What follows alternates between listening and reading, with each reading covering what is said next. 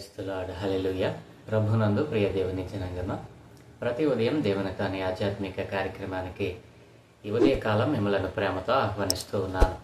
నేటి వాక్య ధ్యానముగా ఆదికాండము 43వ అధ్యాయము మొదటి నుండి దేవుని వాక్యాన్ని చదువుకుని ధ్యానం చేసుకుందాం. ఆ దేశమందు కరువు భారముగా ఉండెను గనుక వారు ఐగుప్తు నుండి తెచ్చిన ధాన్యము తినివేసిన తరువాత వారి తండ్రి, మీరు మరలా వెళ్ళి మన కొరకు కొంచెము ఆహారము కొనుడని వారితో అనగా, యోధా అతన్ని చూచి, ఆ మనుష్యుడు మీ తమ్ముడు మీతో ఉంటేనే గాని మీరు నా ముఖము చూడకూడదని మాతో గట్టిగా చెప్పాను. కాబట్టి నీవు మా తమ్ముని మాతో కూడా పంపిన ఎడల మేము వెళ్ళి నీ కొరకు ఆహారము కొందుము. నీవు వానిని పంపనొల్లని ఎడల మేము వెళ్ళము. ఆ మనుష్యుడు మీ తమ్ముడు మీతో లేని ఎడల మీరు నా ముఖము చూడకూడదని మాతో చెప్పెను అనెను. అందుకు ఇశ్రాయేలు, మీకు ఇంకొక సహోదరుడు కలడని మీరు ఆ మనుష్యునితో చెప్పి నాకు ఎంత శ్రమ కలుగచేయనేలా అనగా, వారు, ఆ మనుష్యుడు మీ తండ్రి ఇంకా సజీవుడై ఉన్నాడా, మీకు సహోదరుడు ఉన్నాడా అని మమ్మను గూర్చియు మా బంధువులను గూర్చియు ఖండితముగా అడిగినప్పుడు మేము ఆ ప్రశ్నలకు తగినట్టు అతనికి వాస్తవము తెలియచెప్పితిమి. మీ సహోదరుని తీసుకుని రండని అతడు చెప్పునని మాకెట్లు తెలియను అనిరి. యోధా తన తండ్రి అయిన ఇశ్రాయేలును చూచి, ఆ చిన్నవానిని నాతో కూడా పంపుము, మేము లేచి వెళ్ళుదుము. అప్పుడు మేమే కాదు, నీవును మా పిల్లలను చావక బ్రతుకుదుము. నేను అతని గూర్చి పూటపడుదును, నీవు అతని గూర్చి నన్ను అడుగవలెను.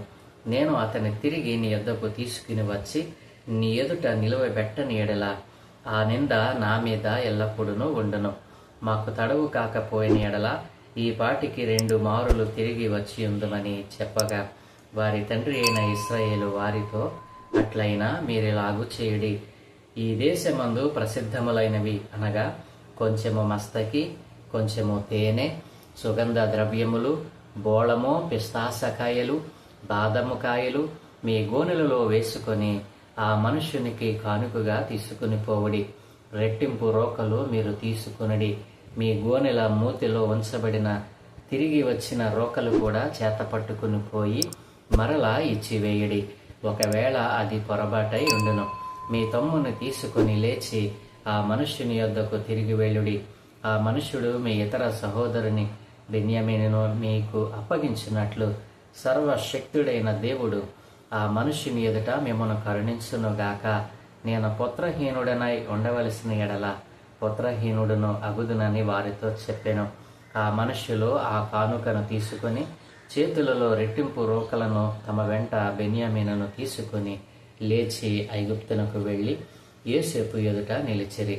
యోసేపు వారితోనున్న బెన్యామీనును చూచి తన గుహ నివాహకునితో, ఈ మనుషులను ఇంటికి తీసుకుని పోయి ఒక వేటను కోసి వంట సిద్ధము చేయించుము.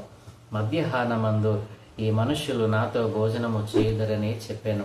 యోసేపు చెప్పినట్లు అతడు చేసి ఆ మనుష్యులను యోసేపు ఇంటికి తీసుకుని పోయాను.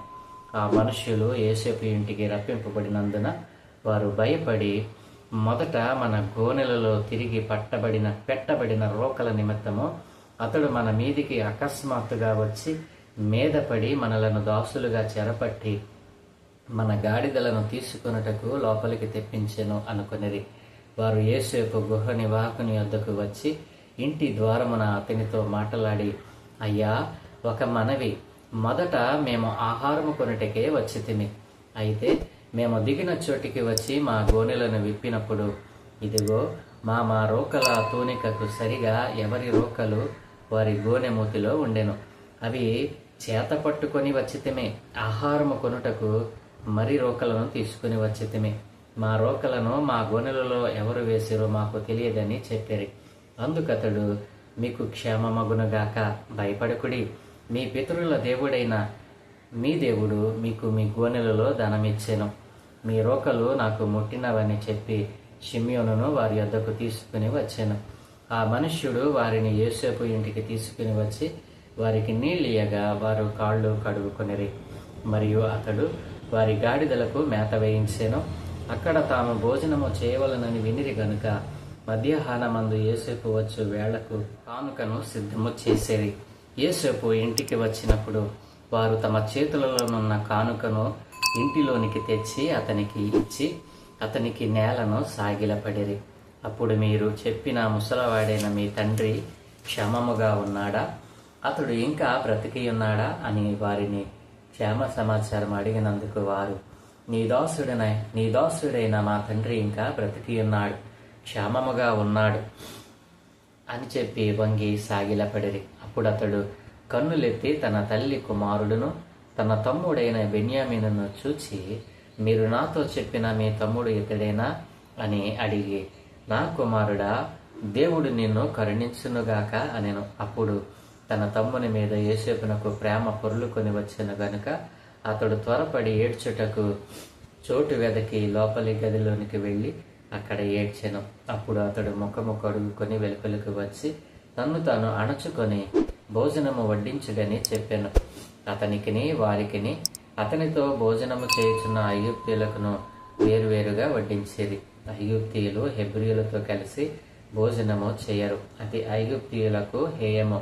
జ్యేష్ఠుడు మొదలుకొని కనిష్ఠుని వరకు వారు అతని ఎదుట తమ తమ ఈడు చొప్పున కూర్చుండేది గనుక ఆ మనుష్యులు ఒకని వైపు ఒకడు చూచి ఆశ్చర్యపడేది. మరియు అతడు తన ఎదుట నుండి వారికి వంతులెత్తి పంపెను.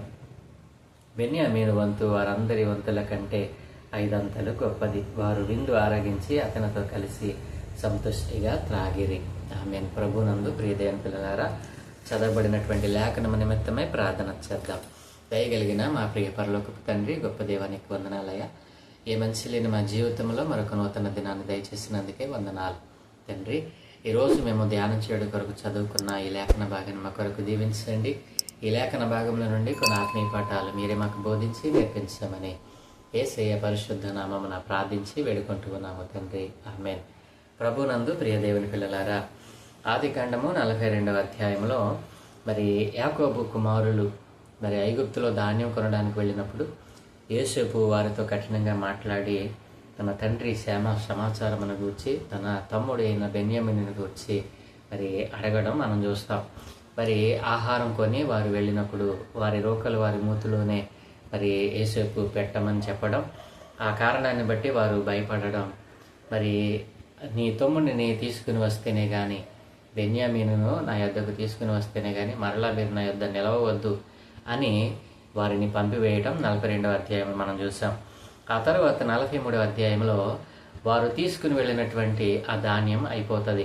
43వ అధ్యాయంలో ఉన్నటువంటి సారాంశం ఏమిటంటే, వారు కొనినటువంటి ఆ ధాన్యము అయిపోతుంది, మరలా ధాన్యము కొనడానికి మరి వెళ్ళండి అని తన కుమారులకు మరి ఇశ్రాయేలు యాకోబు ఆజ్ఞాపించడం మనం చూస్తూ ఉన్నాం. అయితే యోధా అంటాడు కదా, మరి మా తమ్ముడైనటువంటి బెన్యామీను మేము తీసుకుని వెళ్ళకపోతే మేము అతని ఎదుట నిలవవద్దని ఖండితంగా మాకు ఆజ్ఞాపించాడు తండ్రి. మరి కాబట్టి బెన్యామీనును మాతో కూడా పంపు, అలా పంపకపోయిన యెడల నీవు మేము కూడా మా పిల్లలు కూడా చస్తాము అని తండ్రితో యోధా మరి మాట్లాడడం మనం ఇక్కడ చూస్తూ ఉన్నాం. ఇదేం పిల్లరా, అయితే తండ్రి ఏమంటాడంటే, సరే అయితే ఇక్కడ మన దగ్గర ఉన్నటువంటి మరి విశేషమైనటువంటి వస్తువులను అతనికి కానుకగా తీసుకుని వెళ్ళమని మరి ఏం చెప్తాడంటే, కొంచెం మస్తకి, కొంచెము తేనె, మరి సుగంధ ద్రవ్యములు, బోళము, పిస్తాచకాయలు, బాదము కాయలు, మరి ఇట్లాంటి మంచి మంచివి అతని కోసము మరి మీరు అతనికి ఇవ్వడానికి కోసం మరి మీరు తీసుకుని పోండి. అలాగనే బెన్యామీను కూడా తీసుకుని వెళ్ళండి. మరి మీ పట్ల అతనికి కనికరం కలిగినట్లుగా సర్వశక్తి కలిగిన దేవుడే మీకు తోడుగా ఉంటాడని చెప్పి వారిని దీవించి పంపడం మనం చూస్తూ ఉన్నాం. ఆ తర్వాత వారు ఆ కానుకలను మరి రెట్టింపు రోకలను తీసుకుని బెన్యామీనును వెంట పెట్టుకుని యోసేపు ఎదుట నిలుస్తారు. యోసేపు ఎదుట నిలిచినప్పుడు యోసేపు అంటాడు కదా, వీరిని నా ఇంటికి తీసుకుని వెళ్ళి వీరి కోసం ఒక గోవును వధించి మరి ఒక వేటను సిద్ధము చేయించి భోజనముకు సిద్ధపరచమని తన ఇంటి గృహ నిర్వాహకునితో చెప్పడం, ఆ గృహ నిర్వాహకుడు వారి యోసేపు ఇంటికి తీసుకుని వెళ్ళడం. ఆ తీసుకుని వెళ్ళినప్పుడు యోసేపు సహోదరులు భయపడతారు. ఏంటంటే, మొదటిసారి మనం కొన్నటువంటి ఆ ధాన్యానికి రోకలు మన మూతుల్లోకి ఎలా వచ్చాయి, మన మూటల్లోకి ఎలా వచ్చాయి మనకు తెలియదు. ఈ కారణాన్ని బట్టి మన మీదకి దొమ్మిగా వచ్చి మనల్ని దాసులుగా దాసీలుగా పట్టుకోవడానికే ఆయన తన ఇంటికి రప్పించుకున్నాడని చెప్పి గృహ నిర్వాహకునితో అంటారు కదా, అయ్యా మొదటిసారి మేము ధాన్యం కొనడానికి వచ్చినప్పుడు మరి మేము ధాన్యం కొన్నాం, మేము మా ప్రదేశాలకు వెళ్ళి మా గోనెలను ఎవరి గోనెను వారి విప్పినప్పుడు ఎవరి రోకలు వారి గోనెల్లో ఉండడం మేము చూసాం. ఇది మరి పొరపాటుగా జరిగిందో మరి ఎలా జరిగిందో మాకు తెలియదు, కానీ వాటిని కూడా మేము తిరిగి తెచ్చాము. దయతో యజమానునికి ఇది తెలియచేయమన్నప్పుడు ఆ గృహ నివారకుడు అంటాడు కదా, మీ దేవుడు ఆయన అన్న మాటను మనం ధ్యానం చేసుకుందాం. 23వ వచనం, అందుకు అతడు, మీకు క్షేమమగునుగాక, భయపడకుడి, మీ పితరుల దేవుడైన మీ దేవుడు మీకు మీ గోనెలలో ధనమిచ్చాను, మీ రూకలు నాకు ముట్టినవని చెప్పి షిమ్యోనుని అతని దగ్గరికి తీసుకుని వస్తాడు. ప్రియమైన పిల్లలారా, ఒక నమ్మకస్తుడు, ఒక సమర్థవంతుడైనటువంటి మరి దేశాన్ని ఏలుతున్నటువంటి వ్యక్తి యొక్క పర్యవేక్షణలో, వ్యక్తి సమక్షంలో ఉన్నటువంటి వ్యక్తి, ఆ గృహ నిర్వాహకుడు ఏం మాట్లాడుతున్నాడండి? అవును, ఒక సమర్థవంతుడైన దేవుడంటే భయభక్తులు కలిగినటువంటి వ్యక్తి దగ్గర మనము శిష్యరికం చేస్తున్నప్పుడు, ఆయన సహవాసములో, ఆయన సమక్షంలో మనం మరి పని చేస్తున్నప్పుడు ఆ మంచి వ్యక్తి యొక్క లక్షణాలు ఆ దాసులకు, ఆ పరిచారకులకు, ఆ ఉద్యోగస్తులకు అందుతాయి. నా ప్రియమైన పిల్లలు ఆలోచన చేశారా? యోసేపులో ఉన్నటువంటి మంచి లక్షణాలు తన గృహ నిర్వాహకునిలో కూడా కనపడతా ఉన్నాయి. అతను అంటున్నాడు కదా, మీ పితరుల దేవుడైన మీ దేవుడు మీ గోనెలలో మీకు ధనమనిచ్చాడు అంటున్నాడు. అసలు వీరి దేవుడెవరో, మరి వారు ఎవరిని కొలుస్తారో ఎరిగినటువంటి ఈ వ్యక్తి ఎలా అలా మాట్లాడగలిగాడు అని అంటే, మరి ఎవరికైనా ఒక ఆరాధించేటువంటి దేవుడు ఉంటాడని, ఆ దేవుడు ఎవరో ఒకరై ఉంటారని ఆ వ్యక్తి ఐగుప్తీయుడు మాట్లాడి ఉండవచ్చు. అవును, మరి హెబ్రీయుల దేవుడు సర్వశక్తి కలిగిన దేవుడు. మరి ఇశ్రాయేలు యాకోబు వారిని ఆశీర్వదిస్తూ అన్నాడు కదా, ఆ సర్వశక్తి కలిగిన దేవుడే అతని మీ పట్ల అతనికి కనికరం కలిగేటట్లు చేస్తాడని చెప్పి దీవించి పంపాడు. మరి ప్రియమైన పిల్లలు ఎక్కడ మరి వారికి కనికరం దొరికిందా లేదా? దొరికింది. అయితే వీరిలో ఒక భయం ఏంటంటే, మొదట ధాన్యం కొన్నాం కదా, ఆ ధాన్యానికి సంబంధించిన డబ్బులు మన మూటల్లోనే వచ్చాయి. అవి ఎలా వచ్చాయో మనకు తెలియదు. ఆ కారణాన్ని చూపి ఇప్పుడు యోసేపు మన మీద దొమ్మిగా పడతాడేమో, మనల్ని దాసులుగా పట్టుకుంటాడేమో అని ఒకంత భయం కలిగి గృహ నిర్వాహకునితో అన్నప్పుడు, మీకు క్షేమము కలుగునుగాక అన్నాడు, మీకు క్షేమమగునుగాక అన్నాడు. ఈ మాట సర్వశక్తి కలిగిన దేవుడే అతని నోట పలికించాడే తప్ప ఐగుప్తీయుడు, ఒక అన్యుడు అలాంటి మాటను ఉచ్చరించలేడు. నా ప్రియదేని పిల్లరా, అయితే తర్వాత ఏం జరిగింది?